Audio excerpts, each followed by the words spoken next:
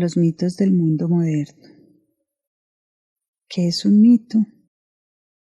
En el lenguaje corriente del siglo XIX, mito significa todo lo opuesto a realidad. La creación de Adán o el hombre invisible, así como la historia del mundo explicada por las Zulúes o la teogonía del Hesíodo, eran mitos.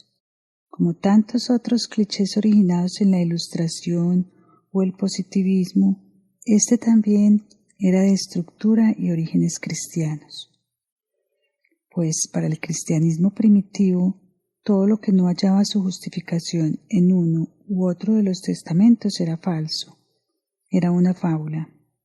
Pero las investigaciones de los etnólogos nos han obligado a repasar esa herencia semántica superviviente de la polémica cristiana contra el mundo pagano. Se empieza por fin a conocer y comprender el valor del mito tal como ha sido elaborado por las sociedades primitivas y arcaicas, es decir, por los grupos humanos en los que el mito es el fundamento mismo de la vida social y de la cultura. No obstante, hay un hecho que resulta sorprendente desde el principio. En tales sociedades se considera que el mito expresa la verdad absoluta porque explica una historia sagrada, es decir, una revelación transhumana que tuvo lugar en el alba de los tiempos, en el tiempo sagrado de los principios. Siendo real y sagrado, el mito se convierte en ejemplar y por ende repetible, pues sirve de modelo y a la vez de justificación de todos los actos humanos. En otros términos, un mito es una historia verdadera sucedida al principio de los tiempos y que sirve como modelo de los comportamientos humanos. Al imitar los actos ejemplares de un dios o un héroe mítico o simplemente al explicar sus aventuras, el hombre de las sociedades arcaicas se separa del tiempo profano y retorna al gran tiempo, al tiempo sagrado. Así pues, se trata de una inversión total de valores. Mientras que el lenguaje corriente confunde el mito con las fábulas, el hombre de las sociedades tradicionales descubre, por el contrario, la única revelación válida de la realidad. No se ha tardado mucho en sacar conclusiones de ese descubrimiento. Poco a poco se ha dejado de insistir en el hecho de que el mito explica cosas imposibles e improbables. Ha bastado con decir que constituye un modo de pensar diferente al nuestro, pero que, en todo caso, no hay que considerarlo a priori como aberrante. E incluso se ha ido más lejos, se ha intentado integrar el mito en la historia general del pensamiento, al considerarlo como la forma principal del pensamiento colectivo. Y como el pensamiento colectivo no ha sido completamente abolido en una sociedad, sea cual fuere su grado de evolución, no se ha dejado de observar que el mundo moderno todavía conserva un cierto comportamiento mítico. Por ejemplo, la participación de toda una sociedad en ciertos símbolos ha sido interpretada como prueba de la supervivencia del pensamiento colectivo. No es difícil demostrar que la función de una bandera nacional, con todas las experiencias afectivas que implica, no es diferente de la participación en un símbolo cualquiera en las sociedades arcaicas. Eso es tanto como decir que al nivel de la vida social no existía ninguna fractura en la comunidad entre el mundo arcaico y el moderno.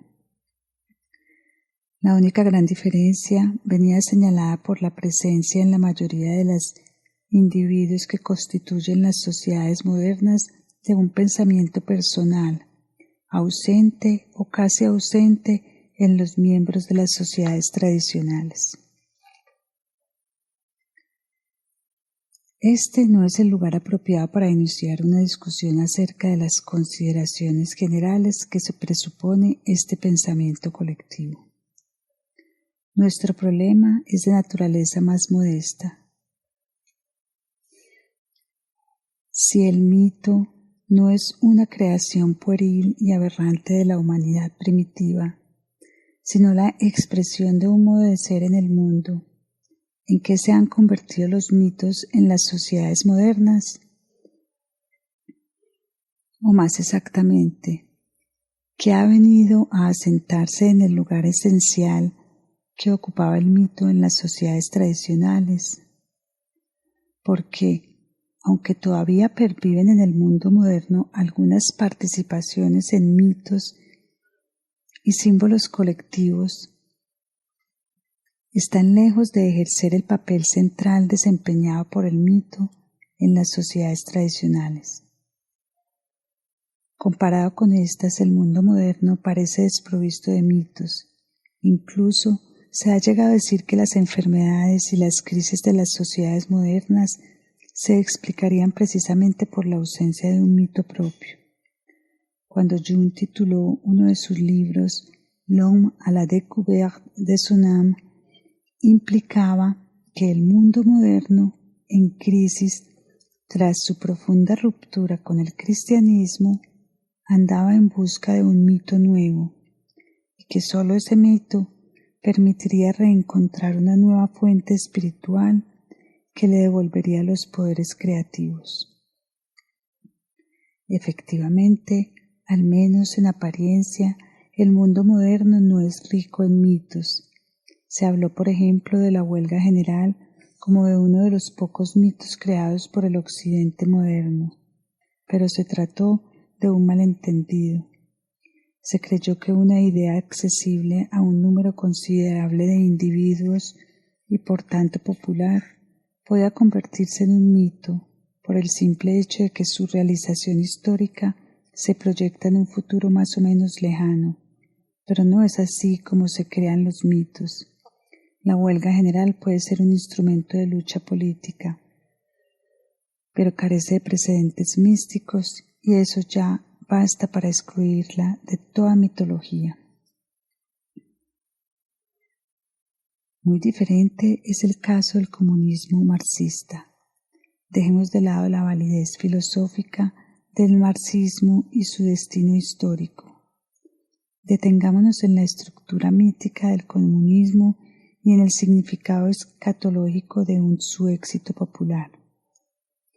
Sea lo que fuere, lo que pensemos acerca de las veleidades científicas de Marx, es evidente que el autor del Manifiesto Comunista retorna y prolonga uno de los grandes mitos escatológicos del mundo asiático mediterráneo, a saber, el papel redentor del justo, el elegido, el ungido, el inocente, el mensajero, en nuestros días, el proletariado, cuyos sufrimientos están llamados a cambiar la condición ontológica del mundo.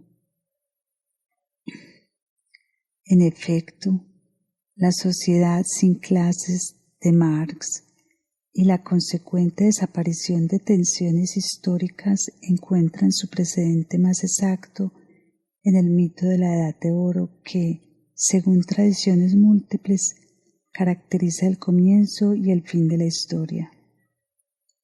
Marx ha enriquecido este mito venerable mediante una ideología mesiánica judeocristiana, por una parte el papel profético y la función soteriológica que le concede al proletariado, por otra, la lucha final entre el bien y el mal, que podría fácilmente asimilarse al conflicto apocalíptico entre Cristo y el Anticristo. Seguido de la victoria definitiva del primero, resulta igualmente significativo que Marx retome por cuenta propia la esperanza escatológica judeocristiana de un fin absoluto de la historia.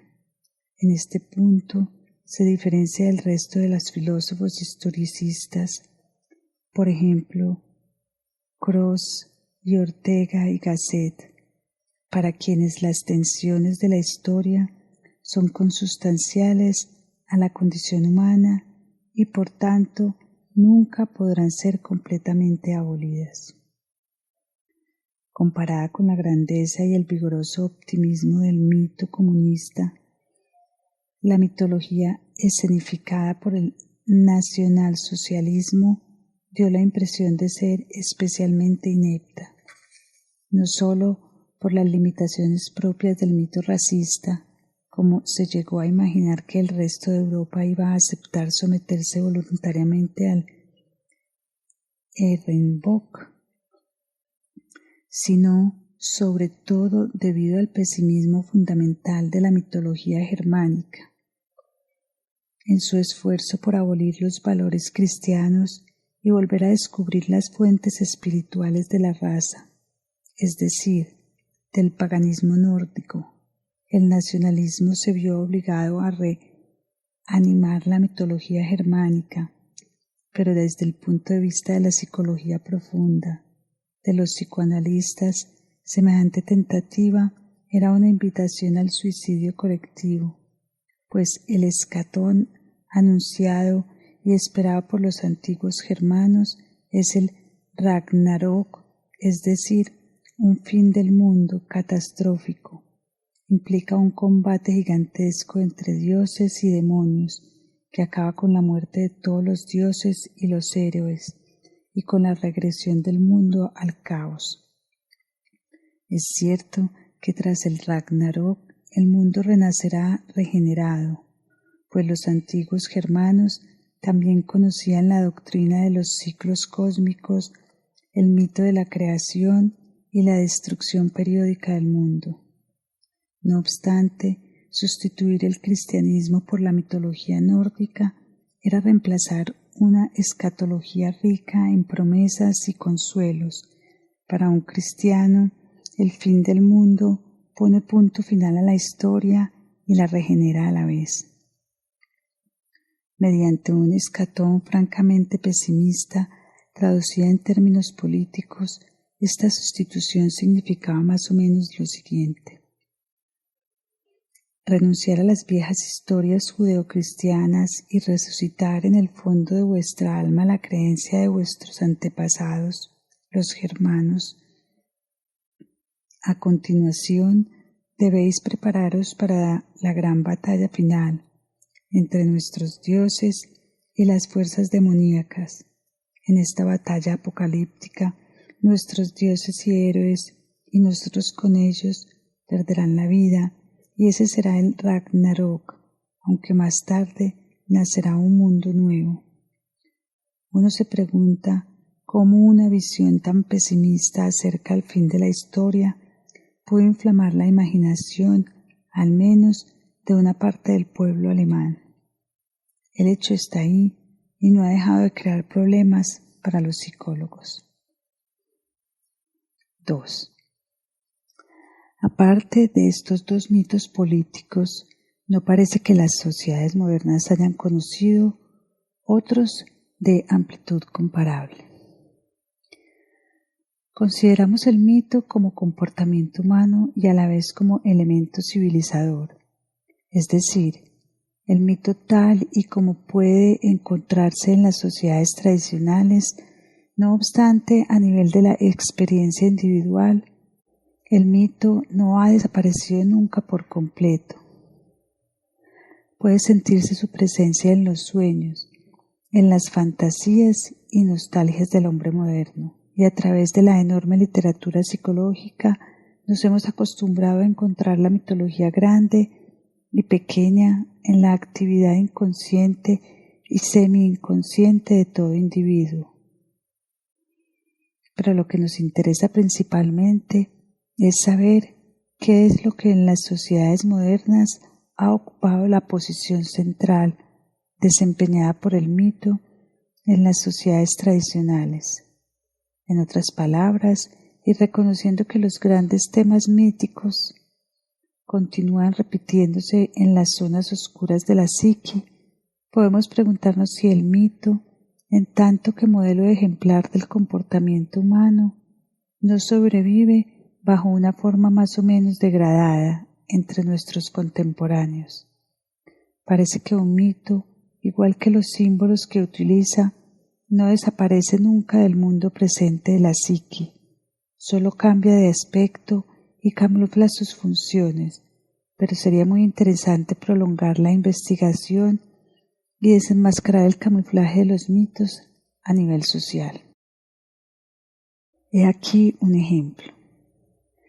Resulta evidente que algunas fiestas del mundo moderno, en apariencia profanas, conservan todavía su estructura y su función mítica.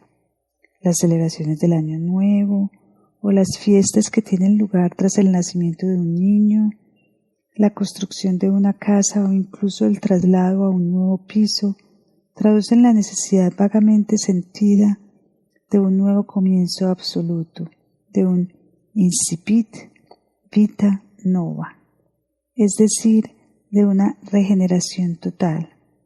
Sea cual fuere la distancia entre estas celebraciones profanas y su arquetipo mítico.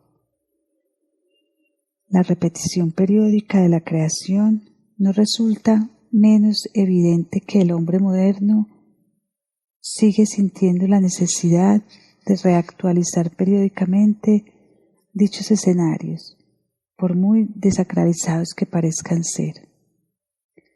No es cuestión de calibrar hasta qué punto el hombre moderno sigue siendo consciente de las implicaciones mitológicas de sus celebraciones. Solo importa un hecho, el de que tales celebraciones siguen teniendo un eco oscuro pero profundo en todo su ser. Ese no es más que un ejemplo, pero que puede aclararnos una situación que parecería generalizada. Algunos temas míticos siguen sobreviviendo en las sociedades modernas, pero no son fácilmente reconocibles, ya que han pasado por un proceso de laicización. Era algo que se sabía desde hace tiempo. En efecto, las sociedades modernas se definen como tal precisamente por el hecho de que han llevado la desacralización de la vida y del cosmos hasta el extremo. La novedad del mundo moderno se traduce en una revalorización a nivel profano de los antiguos valores sagrados. Pero se trata de saber si todo lo que sobrevive de mítico en el mundo moderno lo hace únicamente bajo la forma de esquemas y valores reinterpretados para encajar en el plano profano. Si este fenómeno se verificase ampliamente, habría que llegar a la conclusión de que el mundo moderno se opone radicalmente a todas las formas históricas que le han precedido. Pero la propia presencia del cristianismo excluye dicha hipótesis. El cristianismo no acepta de ninguna manera el horizonte desacralizado del cosmos y de la vida, que es el horizonte característico de toda cultura moderna.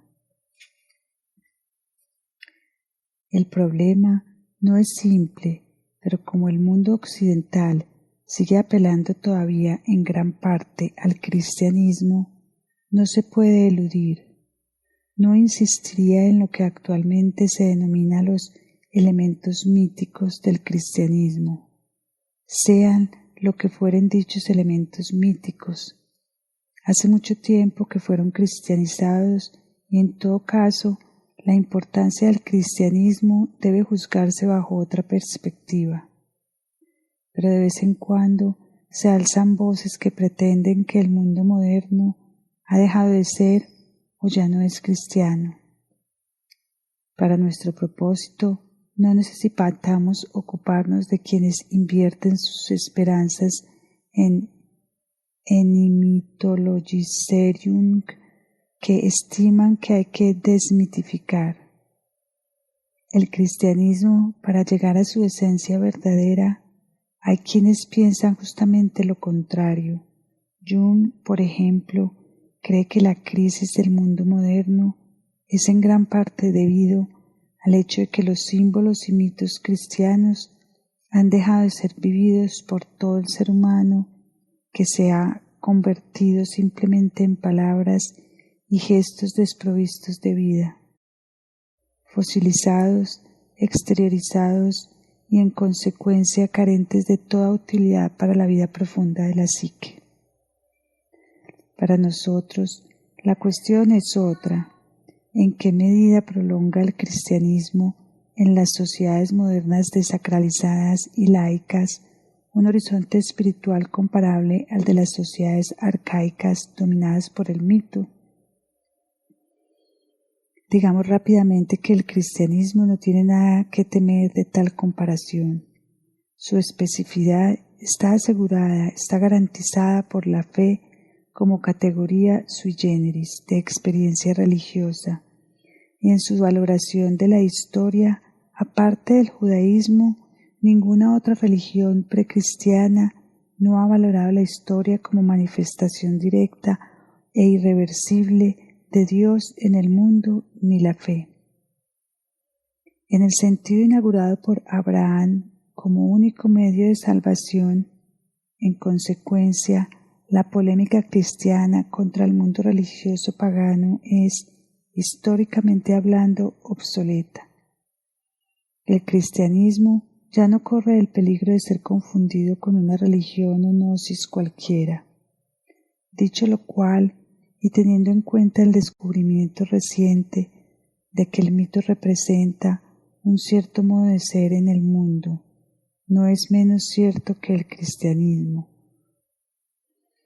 Por el hecho mismo de ser una religión, ha debido conservar al menos un comportamiento mítico, el tiempo litúrgico, es decir, el rechazo del tiempo profano y el redescubrimiento periódico del gran tiempo, del illud tempus, de los principios.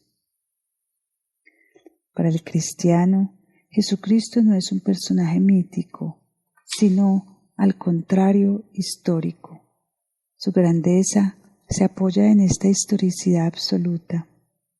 Cristo no solo se ha hecho hombre en general, sino que ha aceptado la condición histórica del pueblo en cuyo seno eligió nacer, sin recurrir a ningún milagro para sustraerse a esa historicidad, aunque haya realizado numerosos milagros para modificar la situación histórica de los otros, curando paralíticos, resucitando a Lázaro, etc. No obstante, la experiencia religiosa del cristiano se basa en la imitación de Cristo como modelo ejemplar, en la repetición litúrgica de la vida, de la muerte y de la resurrección del Señor, y en la contemporaneidad del cristiano con el illud tempus que se inicia en la Navidad de Belén y que finaliza provisionalmente con la Ascensión. Ahora sabemos que la imitación de un modelo transhumano, que la repetición de un escenario ejemplar y que la ruptura del tiempo profano mediante una apertura que desemboca en el gran tiempo constituyen las características ejemplares del comportamiento mítico, es decir, del hombre de las sociedades arcaicas que halla en el mito la fuente misma de su existencia. Siempre se es contemporáneo de un mito, desde el momento en que se recita o se imitan los gestos de los personajes míticos.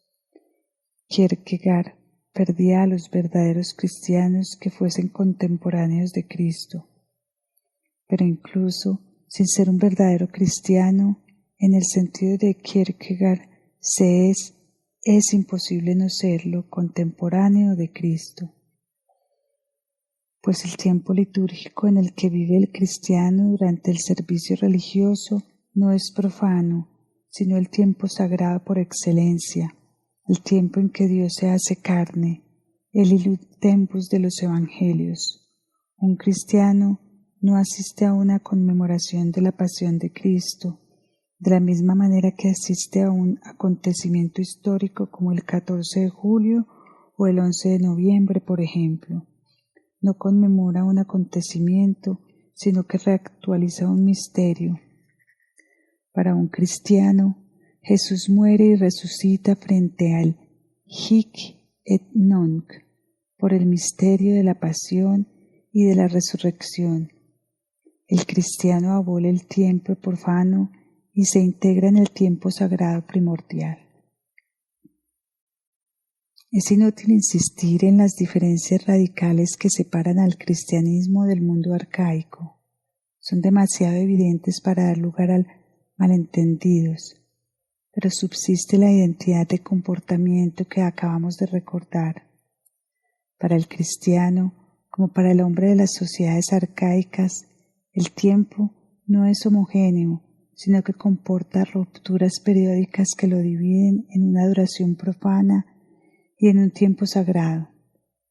Este último es indefinidamente reversible, es decir, se repite infinitamente sin dejar de ser el mismo.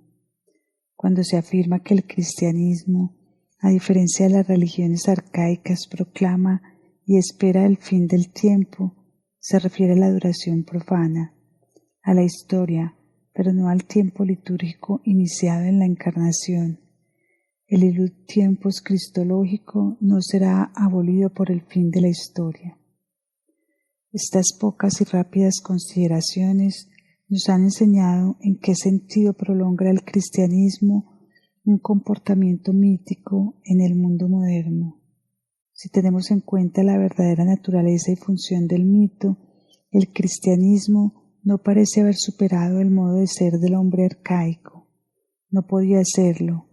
Homo naturaliter Christianus.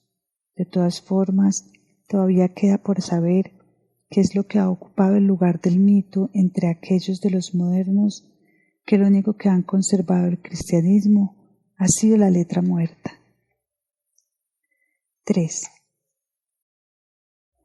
Parece improbable que una sociedad pueda prescindir totalmente del mito, ya que de las características esenciales del comportamiento mítico, modelo ejemplar, repetición, ruptura de la duración profana e integración en el tiempo primordial.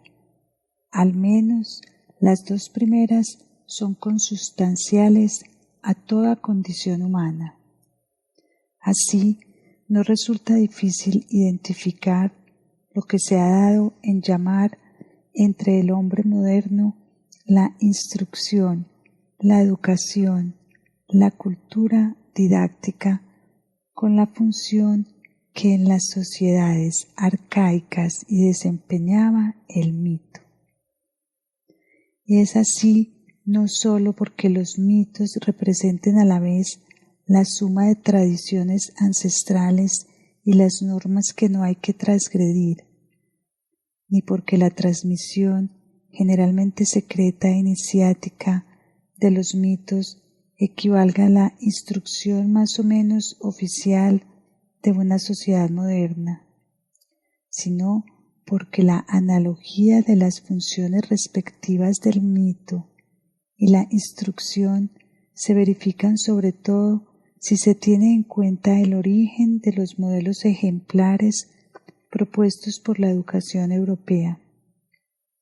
En la antigüedad no existía ninguna laguna entre la mitología y la historia.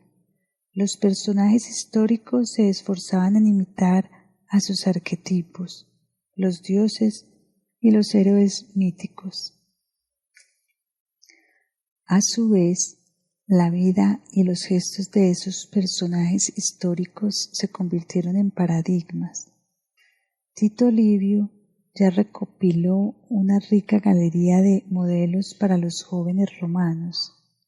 Más tarde, Plutarco escribió su Vidas de hombres ilustres, verdadera suma ejemplar para los siglos venideros. Las virtudes morales y cívicas de esos personajes ilustres continuaron siendo el modelo supremo de la pedagogía europea, sobre todo después del Renacimiento, hasta finales del siglo XIX. La educación cívica europea seguía todavía los arquetipos de la antigüedad clásica, los modelos que se manifestaron in illo tempore en ese intervalo de tiempo considerado privilegiado por la Europa ilustrada, el apogeo de la cultura greco-latina. Pero no se pensó en asimilar la función de la mitología al proceso de instrucción, porque se descuidó una de las principales características del mito, la que consiste precisamente en crear modelos ejemplares para toda una sociedad. Por otra parte, en ellos podemos reconocer una tendencia que podría catalogarse generalmente de humana, es decir, transformar una existencia en paradigma y a un personaje histórico en arquetipo. Esta tendencia ha sobrevivido incluso entre los representantes más eminentes de la mentalidad moderna. Como muy bien percibió Goethe era plenamente consciente de su misión de crear una vida ejemplar para el resto de la humanidad. En todo lo que hacía se esforzaba por crear un ejemplo. Por su parte, él imitaba con su propia vida, sino la vida de los dioses y de los héroes míticos, al menos su comportamiento.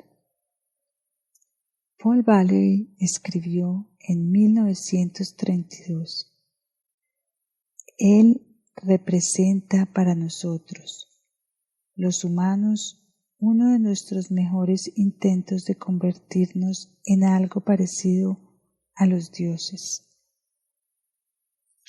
Pero esta imitación de modelos no se realizará únicamente por mediación de la cultura escolar, junto con la pedagogía oficial y mucho después de que ésta cesara de ejercer su autoridad. El hombre moderno sufrió la influencia de toda una mitología difusa que le proponía numerosos modelos a imitar. Los héroes, imaginarios o no, desempeñan un importante papel en la formación de los adolescentes europeos. Los personajes de las novelas de aventuras, los héroes bélicos, las glorias del cine, etc. Esta mitología no hace más que enriquecerse y aumentar con la edad. Se van descubriendo modelos ejemplares lanzados por las sucesivas modas y se realiza un esfuerzo por parecerse a ellos.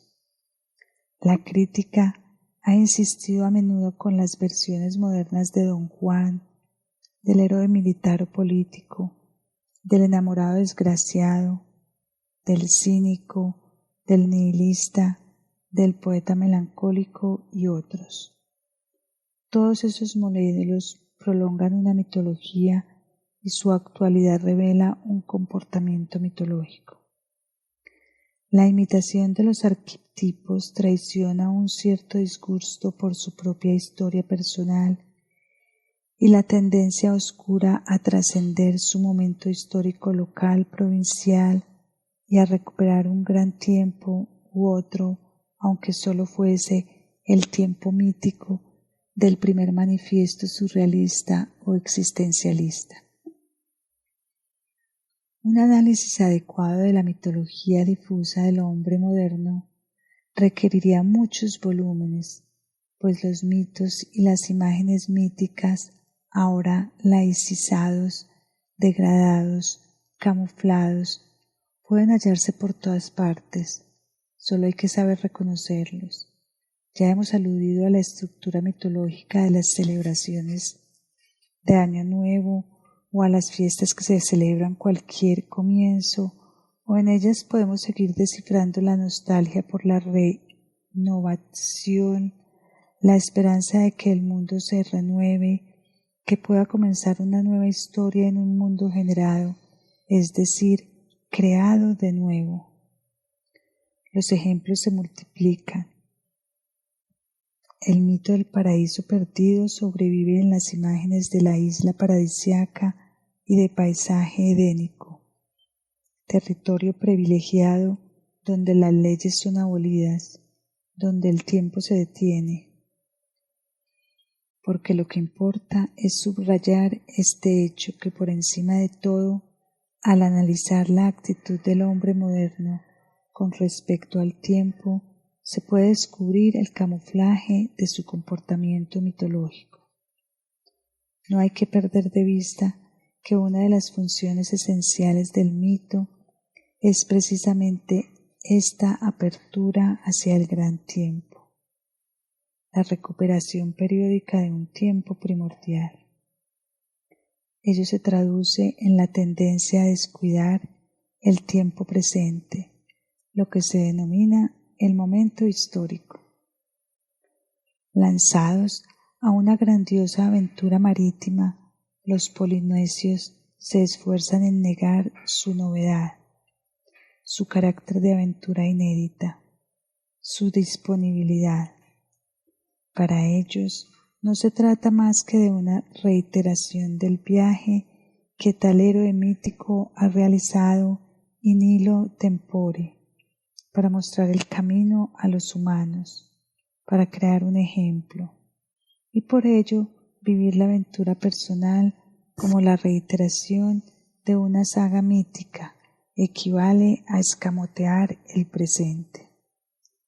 Esa angustia frente al tiempo histórico, acompañada del oscuro deseo de participar en un tiempo glorioso, primordial, total, se pone de manifiesto en los hombres modernos, a través de un intento a veces desesperado de atravesar la homogeneidad del tiempo, por salir de su duración y recuperar un tiempo cualitativamente diferente respecto al que crea, consumiéndose su propia historia. Es ahí donde se hace bien visible en qué se han convertido la función de los mitos en el mundo moderno. Mediante múltiples medios pero homologables, el hombre moderno se esfuerza también él por salir de su historia y vivir un ritmo temporal cualitativamente distinto, y al hacerlo reencuentra sin darse cuenta el comportamiento mítico. Se comprende mejor si se observan de más cerca las dos vías de escape principales utilizadas por el hombre moderno, el espectáculo y la lectura. No insistiremos sobre los precedentes mitológicos de la mayor parte de los espectáculos. Es suficiente con recordar el origen ritual de la tauromaquia, las carreras, los encuentros deportivos. Todos tienen en común el desarrollarse en un tiempo concentrado, de una gran intensidad, residuo o sucedáneo del tiempo mágico religioso, el tiempo concentrado. También es la dimensión específica del teatro y el cine. Aunque no se tuvieran en cuenta los orígenes rituales y la estructura mitológica del teatro y el cine, todavía quedaría el hecho importante de que estos dos tipos de espectáculo visual utilizan otro tiempo totalmente diferente de la duración profana, un ritmo temporal concentrado y articulado a la vez, que aparte de toda implicación estética, evoca un profundo eco en el espectador. 4. En cuanto a la lectura, el problema tiene más matices. Por una parte, se trata de la estructura y del origen míticos de la literatura, y por otra, de la función mitológica que cubre la lectura en la conciencia de quienes se nutren de ella. La continuidad mito-leyenda, epopeya, literatura moderna ya ha sido analizada en numerosas ocasiones y por ello pasaremos el tema por alto. Recordemos simplemente que los arquetipos míticos sobrevivieron de cierta manera en las grandes novelas modernas. Las pruebas por las que debe pasar un personaje de novela extraen su modelo de las aventuras del héroe mítico. También ha sido posible demostrar que los temas míticos de las aguas primordiales, la isla paradisíaca, la búsqueda del santo grial y la iniciación heroica o mística, etc., siguen dominando la literatura moderna europea. Recientemente, el surrealismo ha significado una eclosión de temas míticos y símbolos primordiales. En cuanto a la literatura de kioscos, resulta evidente su carácter mitológico. Toda novela popular presenta la lucha ejemplar entre el bien y el mal, entre el héroe y el villano, encarnación moderna del demonio. Y para revista a los grandes temas folclóricos de la joven perseguida del amor salvador, de la protectora desconocida, etc., en la propia novela policíaca, como he demostrado Roger K. Joyce, también abundan los temas mitológicos. Es necesario recordar que la poesía lírica retoma y prolonga el mito. Toda poesía es un esfuerzo por recrear el lenguaje, o en otras palabras, por abolir el lenguaje corriente cotidiano e inventar un nuevo lenguaje personal y privado y secreto, en última instancia. Pero la creación poética, al igual que la creación lingüística, implica la abolición del tiempo, de la historia concentrada en el lugar, y tiende hacia la recuperación de la situación paradisíaca primordial, cuando se creaba espontáneamente, cuando el pasado no existía, pues no existía conciencia del tiempo ni memoria de la duración temporal. Además, en la actualidad se sigue diciendo que para un gran poeta el pasado no existe. El poeta descubre el mundo como si asistiese a la cosmogonía, como si fuese contemporáneo del primer día de la creación. Desde un cierto punto de vista, se puede afirmar que todo gran poeta rehace el mundo, pues se esfuerza por verlo como si el tiempo y la historia no existiesen. Esa actitud recuerda extrañamente al comportamiento del primitivo y del hombre de las sociedades tradicionales.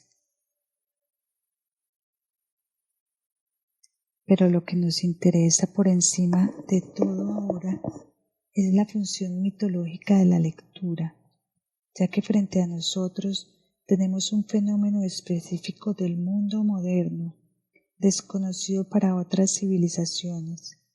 La lectura no solo sustituye a la literatura oral, todavía viva en las comunidades rurales de Europa, sino también al recitado de los mitos en las sociedades arcaicas.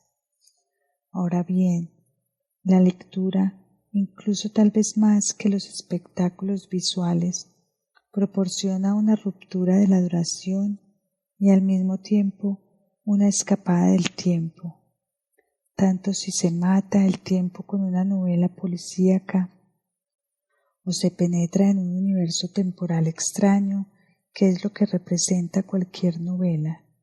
La lectura proyecta al hombre moderno fuera de su duración y le integra en otros ritmos, le hace vivir otras historias. La lectura constituye una vía fácil en el sentido de que hace posible una modificación de la experiencia temporal con un escaso coste. Para el hombre moderno es la distracción por excelencia, pues le permite la ilusión de un dominio del tiempo en la que podemos suponer un secreto deseo de retirarse del implacable devenir que conduce a la muerte.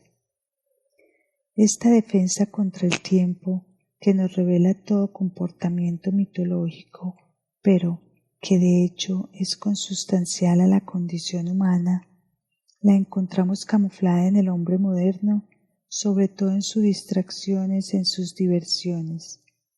Ahí es donde puede calibrarse la diferencia radical entre las culturas modernas y el resto de civilizaciones.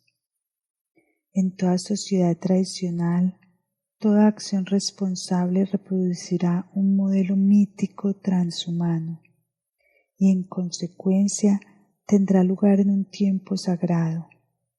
El trabajo, los oficios, la guerra, el amor eran sacramentos. Revivir lo que los dioses y los héroes vivieron in illo tempore se traducía en una sacralización de la existencia humana que completaba de paso la sacralización del cosmos y de la vida. Esta existencia sacralizada, abierta al gran tiempo, aunque en ocasiones podía resultar penosa, no por ello era menos rica en significado.